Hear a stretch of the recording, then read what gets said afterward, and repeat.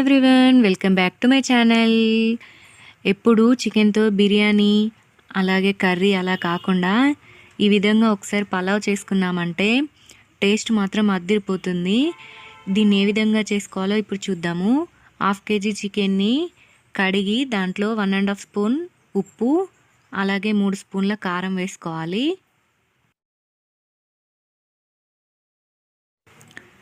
1/2 spoon పసుపు వేసుకోవాలి.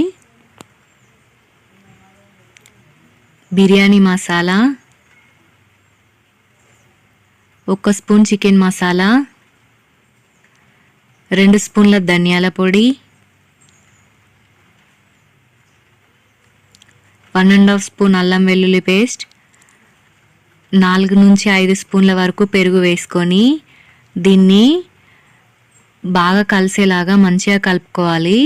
మనం బిర్యానీకి అయితే ఏ విధంగా కలుపుతామో ఆ విధంగా కలుపుకొని ఒక 1/2 అవర్ మ్యారినేట్ చేసుకోవాలి. ఇప్పుడు స్టవ్ పైన గంజు పెట్టుకొని 1 స్పూన్ నెయ్యి వేసుకొని 3 స్పూన్ల ఆయిల్ వేసుకోవాలి. మొత్తం నెయ్యితో చేసుకోవాలనుకునే వాళ్ళు నెయ్యితో కూడా చేసుకోవచ్చు.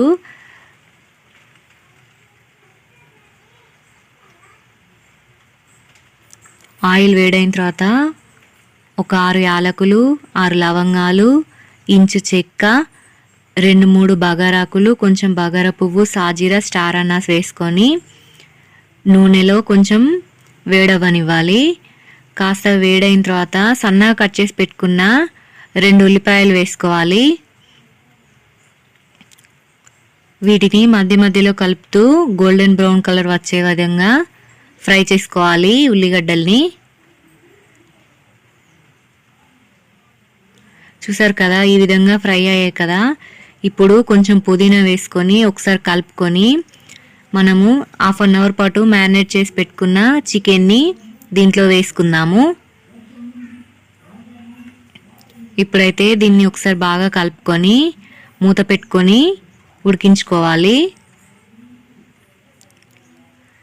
చూసారు కదా, ఈ విధంగా మధ్య మధ్యలో మూత తీసుకుంటూ అడుగంటకుండా కలుపుకుంటూ ఉడికించుకోవాలి.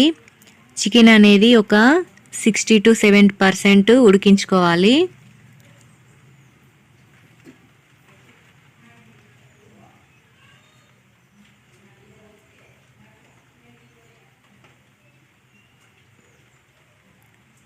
చూసారు కదా, బాగా ఉడికింది కదా. ఇప్పుడు దీంట్లోకి మనం 1/2 అవర్ నానబెట్టుకున్న బాస్మతి రైస్ని వేసుకుందాము. నేను 1/2 kg చికెన్కి 600 grams రైస్ వేసుకున్నాను.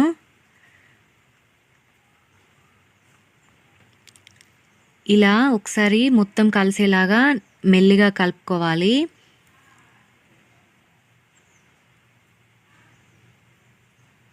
పైన కొంచెం కొత్తిమీర, పుదీనా వేసి ఒక 5 minutes ఉంచి మరొకసారి మెల్లిగా కలుపుకోవాలి. దీన్ని ఇలా కలుపుకున్న తర్వాత మనం ఒక గ్లాస్కి 1.5 గ్లాస్ వాటర్ చొప్పున వాటర్ వేసుకోవాలి. రైస్కి తగ్గట్టుగా ఒకసారి మెల్లగా కలుపుకోవాలి. దీన్ని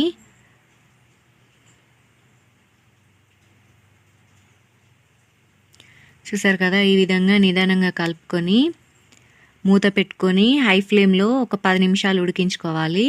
10 నిమిషాల తర్వాత మరొకసారి తీసి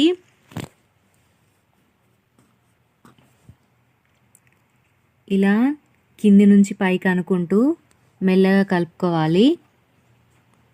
ఇప్పుడు స్టవ్ అనేది చిన్నగా పెట్టుకొని ఒక 10 minutes ఉంచుకోవాలి. 10 minutes తర్వాత మరొకసారి ఇలా కలుపుకోవాలి.